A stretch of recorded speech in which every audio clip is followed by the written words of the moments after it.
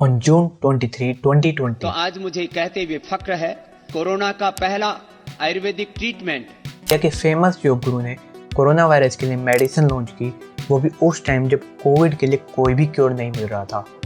And Baba Ramdev ने ये दावा किया 7 दिनों में 100% रिकवरी रेट। जहाँ पर रामदेव को प्रेज मिलनी चाहिए थी इतनी इफेक्टिव दवाई बनाने के लिए, लेकिन लोगों ने उन्हें क्रिटिसाइज करना शुरू कर दिया एंड गवर्नमेंट पर सवाल उठने लगे। एंड देन आयुष मिनिस्ट्री ने भी उसे कोविड क्योर की अप्रूवल देने से मना कर दिया। सरप्राइजिंगली पतंजलि ने उसे कोविड क्योर की जगह इम्यूनिटी बूस्टर का नाम दे दिया।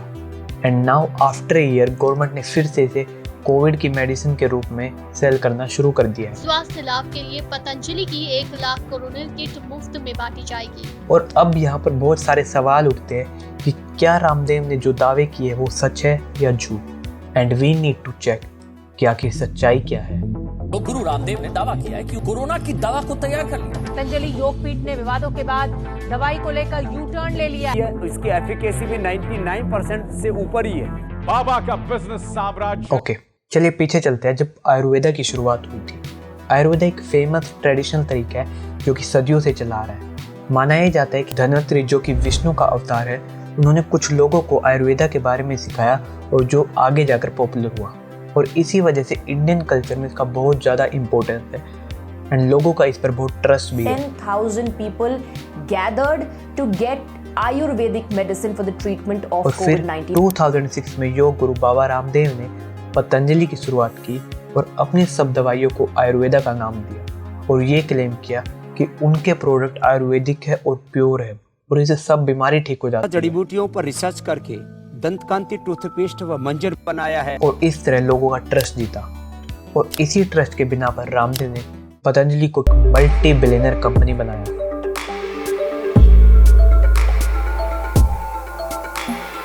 और फिर पैंडेमिक रामदेव को एक अच्छी अपॉर्चुनिटी दिखी जहां वो फिर से वर्ल्ड वाइड अपने एम्पायर को और एक्सपेंड कर सकते हैं। जब कोई क्योर नहीं मिल रहा था, रामदेव ने without proper research and trial government of India के साथ मिलकर मेडिसिन लॉन्च की और जिसको नाम दिया कोरोनिल और ये दावा किया कि ये कोविड को क्योर करती है। इंडियन मेडिकल एसोसिएशन ने इसका अपोज किया। यही नहीं, बाबा रामदेव ने उसे ये कहकर सेल किया कि वेरीफाइड बाय WHO, लेकिन WHO ने ऐसा कोई दावा करने से मना कर दिया। उसके कुछ दिन बाद ही जिस इंस्टीट्यूट में ये ट्रायल हुए थे, वहाँ के चेयरमैन ने भी इस बात को मानने से मना कर दिया। कोरोनिल कोरोना की दवाई है या नहीं? देखिए, क्लेम हो रहा है कि कोरोनिल में जिस दवाएं को इन्होंने रिसर्च में किया वही डाली गई हैं, पर ये मैं नहीं कह सकता। और इस पर मिनिस्ट्री ऑफ आयुष ने रिसर्च पेपर की मांग की और अनफॉर्चुनेटली उन्हें इसकी अप्रूवल को रिजेक्ट करना पड़ा। सरप्राइजिंग की बात तो ये थी कि बिना प्रॉपर अप्रूवल होने पर भी कोरोनिल ऑनलाइन सेल हो रही थी और 4 मंथ में पतंजलि ने 2.5 मिलियन किट सेल करी और 250 करोड़ का प्रॉफिट अर्न किया।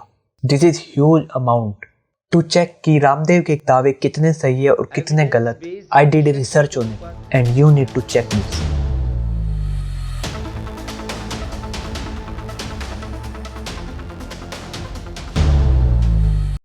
एक इशू ये था कि कोरोनिल के लिए जो टेस्ट हुए थे वो सिर्फ 100 लोगों पर ही हुए, जबकि जब भी किसी भी मेडिसिन पर ट्रायल होते हैं तो उसमें मोर देन 1000 लोग इंक्लूड होते हैं।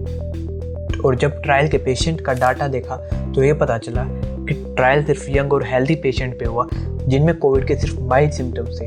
इसका मतलब ये था कि उन लोगों को ये दवाई नहीं दे सकते जो कोविड से सेवरली इन्फेक्टेड है। और कोरोनिल के लिए फेज 1 और 2 ट्रायल तो हुए ही नहीं, जिससे किसी भी मेडिसिन की इफेक्टिवनेस और साइड इफेक्ट का पता चलता है। लेकिन ये ट्रायल करे बिना ही रामदेव ने इसे लॉन्च कर दिया। और सबसे सरप्राइजिंग बात तो ये थी, लुक एट दिस डाटा, जो कि ये शो करता है कि कोरोनिल के क्लिनिकल ट्रायल में लीवर किडनी के डाटा में कोई भी चेंजेस नहीं आए, जिसका मतलब ये था कि जिन लोगों को कोरोनिल मिली और जिनको नहीं, उनके इंटरनल बॉडी में कुछ भी अलग नहीं हुआ। और एक इंसिडेंट तो ये हुआ कि आचार्य बालकृष्ण, जो कि पतंजलि के ओनर है, बाद में उन्होंने ये कहा के अंदर तो ये हमने कहा ही नहीं कि ये हम कोरोना को जो है कंट्रोल करते हैं, क्योर करते हैं। और ये सब बातें सब प्रूव कर देती है। डॉक्टर इसका अपोज इसलिए नहीं कर रहे थे कि ये आयुर्वेदिक है, लेकिन इसलिए कर रहे थे because they are selling it just for the business. और ऐसा कोई पहली बार नहीं हुआ, इससे पहले भी 2016 में पतंजलि की 25 एड्स ऐसी थी जो कि मिसलीडिंग थी, जिसकी वजह से उन्हें 11 लाख का फाइन लगा। और 2017 में आंवला जूस की बैड क्वालिटी के कारण आर्मी की कैंटीन में उसे बैन कर दिया गया। और इन सब के बावजूद गवर्नमेंट ने उसे अप्रूवल दे दी है। हरियाणा गवर्नमेंट ने 1 लाख कोरोनिल किट दे रहे हैं, वो भी कोविड पेशेंट को।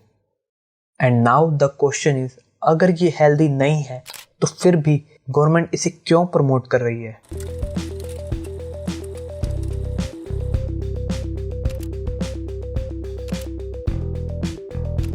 The security for Baba Ramdev will get Z category security cover.